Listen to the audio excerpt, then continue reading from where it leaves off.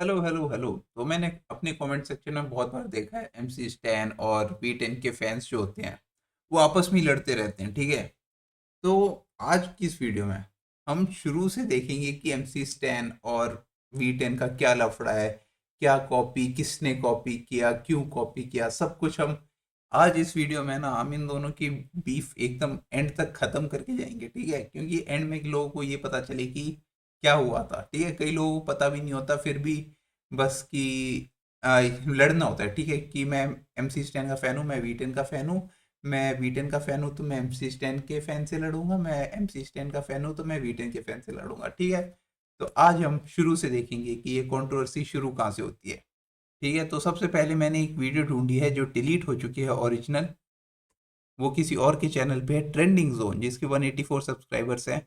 वहां से मेरे को ये वीडियो मिली है, तो हम सबसे पहले ये देखेंगे। Let's go. फुल स्क्रीन हो जाए भाई। हम्म।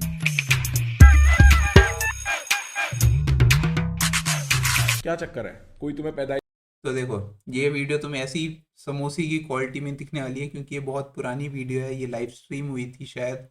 और ये उस टाइम पे एमसी स्टैन का मैनेजर था। बस अभी तक इतना ही कॉन्टेक्स्ट तुम्हें चाहिए। ऐसी जीन यार ये चाहिए? चैट में तो सब लोग एमसी स्टैन ही बोल रहे हैं एमसी स्टैन मतलब कौन है? तेरा बाकी कोई किसी को क्रिएटर है? कुछ फर्क अरे सो हाँ। Stand is a very different creator अच्छा। स्टैन इज अ मैं ज्यादा इंफॉर्मेशन रिवील नहीं करना चाहता बिकॉज काफी सीक्रेटिव प्रोजेक्ट है वो हम हाँ। बहुत बट मैं सिर्फ इतना बोल सकता हूँ कि बहुत दिल के करीब प्रोजेक्ट है मेरे अच्छा। स्टैन मेरा one of my best friends मैंने जो बोला था ना तुझे कि मैं दिसंबर में नॉर्थ जाता हूँ हर हाँ। दिसंबर में 31 को तो हम 2018 के न्यू ईयर मतलब 19 जब ये हो रहा था शायद हम थे नेपाल में पोखरा मैं मेरा एक बचपन का दोस्त और ये ओके, तो सबसे पहले एमसी स्टैन का जो मैनेजर है वो नेपाल गया है, ठीक है। कॉन्टेक्स्ट याद रखना हमेशा कि कब क्या हो रहा है। एमसी स्टैन का मैनेजर नेपाल गया है। मेरा एक बहुत अच्छा दोस्त है स्टैन।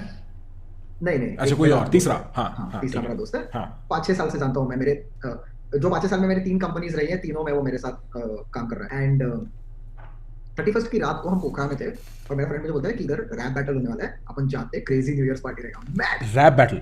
हाँ हाँ। उधर पोखरा में हाँ। नेपाल में क्रेजी, हाँ।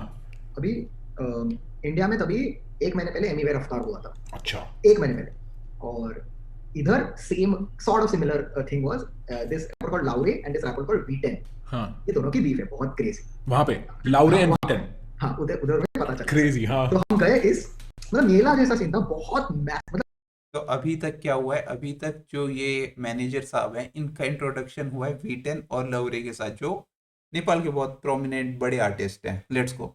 ऐसा न्यू ईयर्स पार्टी मैंने कभी देखा ही नहीं हाँ। मैसिव न्यू ईयर्स पार्टी हाँ। हजारों लोग रास्ते पे हैविंग अ ग्रेट टाइम रास्ते पे ना वोडका के स्टॉल्स है और सब लोग शॉट मार के चल रहे हैं और चिल क्रेजी। बैड सीन चल रहा है नेपाल ओपी यार, बहन जो नेपाल नेपाल पार्टी कर रहा है, हम तो यूं ही घूम रहे हैं भाई। हाँ हाँ। ये प्रखर चुप रहेगा ना थोड़ी देर, ये बंदा क्या बोलते हैं हर चीज में ऐसे बोलते हैं जैसे इसको तो सभी पता है। भाई अगर हिप हॉप सीन का कुछ नहीं पता तो भाई कम से कम चुप होके सुन सकता है, एक बंदा स्टोरी सुना रहा है। हाँ हाँ करेगा ना। मतलब एक बहुत ही बढ़िया चीज सिखाई जाती है हमें 9th 10th में, बी अ गुड लिसनर। वो ये बंदा जरा सा नहीं, ये बार बार मेरा फ्लो ब्रेक कर दे रहा है वीडियो में।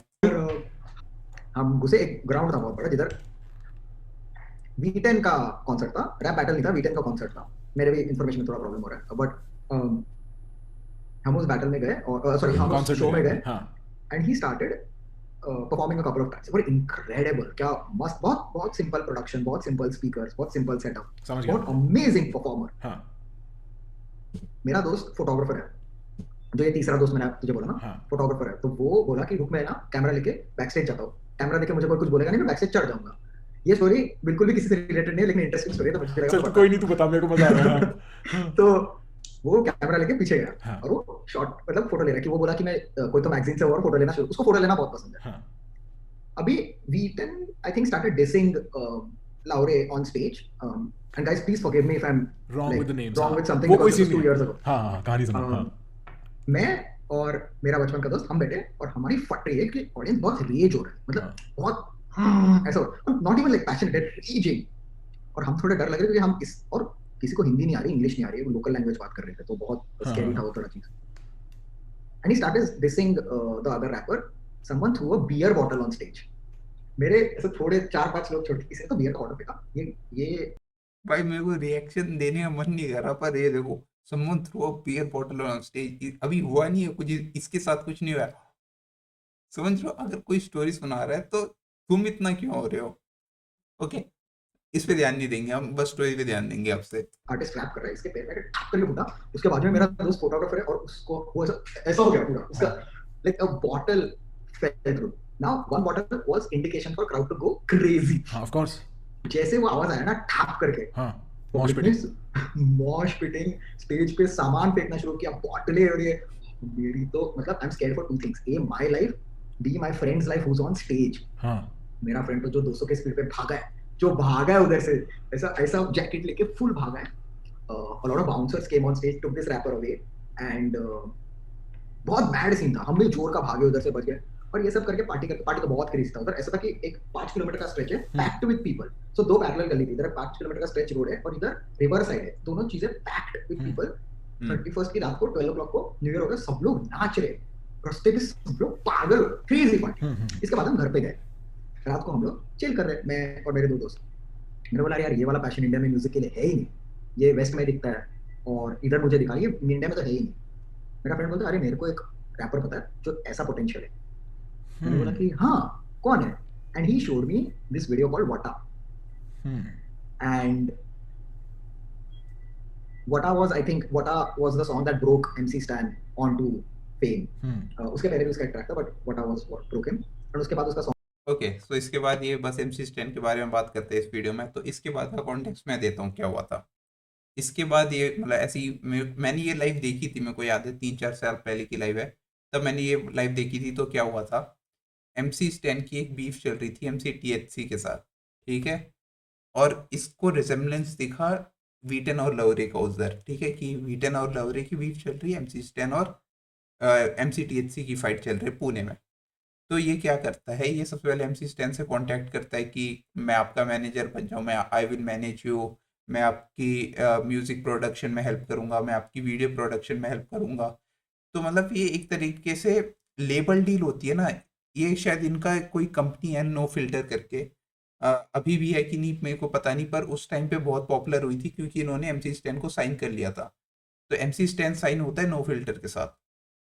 फिर उसके बाद उसके एक से एक के बाद एक गाने आने लगते हैं तर्डी पार के।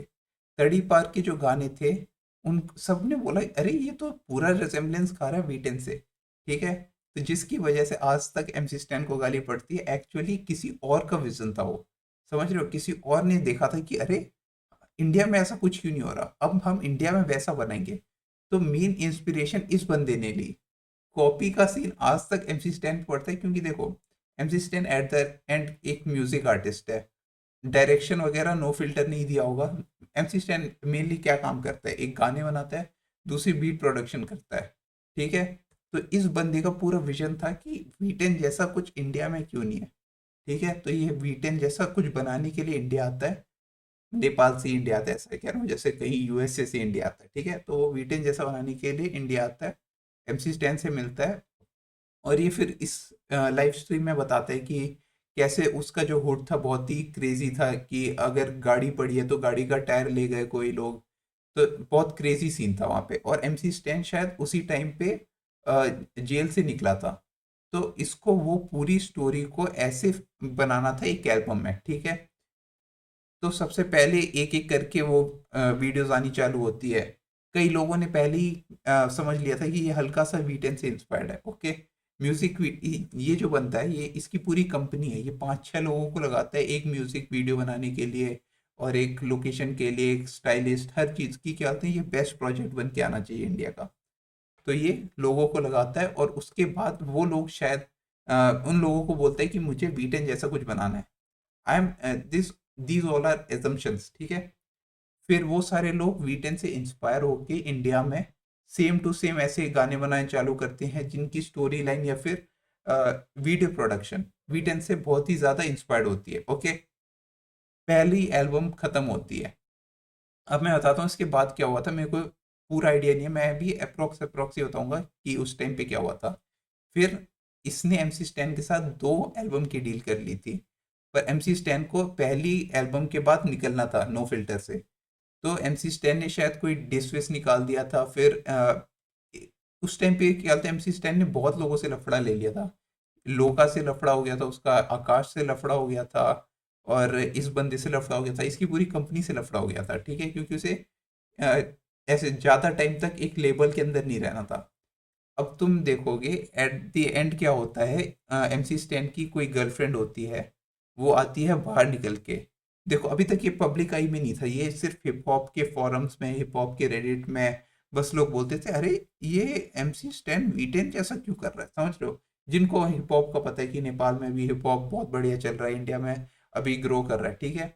तो वहां पे बस डिस्कस होता था कि वीटेन की कॉपी क्यों कर रहा है MC स्टैन, ठीक है। और वहां पे भी ऐसे नॉर्मल बातचीत चल रही है कि ऐसा थोड़ी साउंड कॉपी हुआ है, बस एक तरीके से म्यूजिक वीडियो में कई जगह की तरीके, मतलब कई जगह और लोकेशन और शॉर्ट्स कॉपी हुए हैं, तो at the end music production में कॉपी हुई है, ऐसे नॉर्मली गाने में कुछ कॉपी नहीं हुआ, ठीक है। और एक और सीन चल रहा था उसी टाइम पे, फिंग जो था, फिंग नाम से एक चैनल है, कॉन्स्पिरेसी थ्योरी बनाता है इंडिया में, वो एक बीट यूज करता था अपने गानों में, ठीक है। वही सेम बीट MC स्टैन के एल्बम में थी, तो बीट नहीं, मतलब दोनों में सैंपल सेम था, ठीक है। तो सब आके फिंग को बोलने की इसने तेरी भी कॉपी की है, पर फिंग ने अपनी साइड से आके बात को क्लियर कर दी कि हम दोनों सैंपल सेम है पर बीट अलग है, ठीक है। तो वहां पे वो क्लियर हो गया, पर यहाँ पे किसी ने क्लियर करने की कोशिश ही नहीं की। ना MC स्टैन आके बोल रहा है कि मेरा म्यूजिक प्रोड्यूसर जो था नो फिल्टर के साथ, उसने इंस्पायर होके बनाई है पूरी एल्बम, ना ही क्या बोलते हैं इसके मैनेजर ने बोला कि देखो अब स्टैन हट चुका है, हमने एक विजन रख के एक एल्बम बनाई थी जिसकी वजह से तुम्हें रिजेम्बलेंस मिल सकता है, ठीक है। ये हुआ अभी तक। अब तुम देखोगे इसके बाद क्या होता है, MC स्टैन की एक गर्लफ्रेंड है, पता नहीं क्या नाम है, इतनी पॉपुलर भी नहीं है, बहुत उसने बहुत MC स्टैन के नाम ले लेके बहुत फेम उछाला था अपने नाम पे, ठीक है। अब कोई नहीं आता है। देखो ये होता है जब तुम किसी का नाम ले लेके उछलते रहते हो, एट द एंड तुम्हें कोई नहीं जानता। तो उसने किसी लाइव स्ट्रीम में आके बोल दिया था कि MC स्टैन अपने पूरे पूरे एल्बम के कॉन्सेप्ट सब कॉपी मारता है एक नेपाल के रैपर से जिसका नाम है वीटेन। तो उस पॉइंट के बाद वो क्लिप कटी, वो क्लिप यूट्यूब पे डली और वो क्लिप हो गई वायरल, जिसकी वजह से MC स्टैन को क्या बोलते हैं, नेपाल के लोग भी ऐसे बोलने लग गए कि ये बंदा तो पूरा पूरा कॉपी मारता है। और इंडिया के लोग भी जो रेडिट वगैरह पे थे, उन्होंने वो क्लिप देखी और बोली हाँ रेसेम्बलेंस तो है, ओके। ये सब हो गया। अब तुम सोचो कि एट द एंड गलती किसकी है, एक मैनेजर की जिसका एक विजन था, या फिर एक आर्टिस्ट की जिस जो अभी अभी साइन हुआ है और उसे इतना कुछ आइडिया नहीं है। क्योंकि अगर आइडिया होता तो हर बार, देखो मेरे को ऐसा लगता है ना, MC स्टैन थोड़ा तो गऊ आदमी होगा, क्योंकि वो जब भी ऐसा होता है ना, जब भी जैसे अभी उसकी एक एल्बम का सीन है, तो वो T सीरीज के साथ फंसा हुआ है कि उसको, उसने शायद T सीरीज का कोई क्या बोलते हैं उसे, कॉन्ट्रैक्ट साइन कर लिया, जिसकी वजह से उसे T सीरीज को गाने देने पड़ जाएंगे अब। पर इस साइड नो फिल्टर को उसको 2 एल्बम देनी थी, पर वो दिया नहीं उसने। तो एट द एंड पब्लिक आई में सब चीज़ नहीं आती कि क्या बोलते, क्या लड़ाई हुआ, क्या सॉर्ट हुआ। एंड में गाने आते हैं और एंड में उसी गानों की वजह से लोग कंक्लूजन ड्रॉ करते हैं। तो इससे कंक्लूजन क्या ड्रॉ होता है, एक बंदा था, एक मैनेजर, उसका एक विजन था, ठीक है, कि हमें एक वीटेन जैसे आर्टिस्ट इंडिया में भी चाहिए, जो कि वाइल्ड हो, जो कि एक्सपेरिमेंट कर रहा हो अपने साउंड के साथ। तो उसको रिसेम्बलेंस दिखी MC स्टैन में, ओके। तो उसने क्या किया, पूरा का पूरा वो अपना इंस्पिरेशन उठाया और MC स्टैन पे चेप दिया, ठीक है। अपने सारे लोग लगाए कि हमें वीटेन जैसा एक आर्टिस्ट इंडिया में चाहिए। तो रिजेम्बलेंस MC स्टैन में वीटेन का दिखने लग गया, चाहे वो हेयर स्टाइल हो, चाहे वो वीडियो हो, चाहे वो शूट हो, सब कुछ। At the end MC stand में वीटेन का रिजेम्बलेंस दिखने लग गया। तो गलती किसकी है, वो आप कमेंट में बताओ मेरे को। बाकी that's it for this video, मिलते हैं अगली video. Thanks for watching, bye.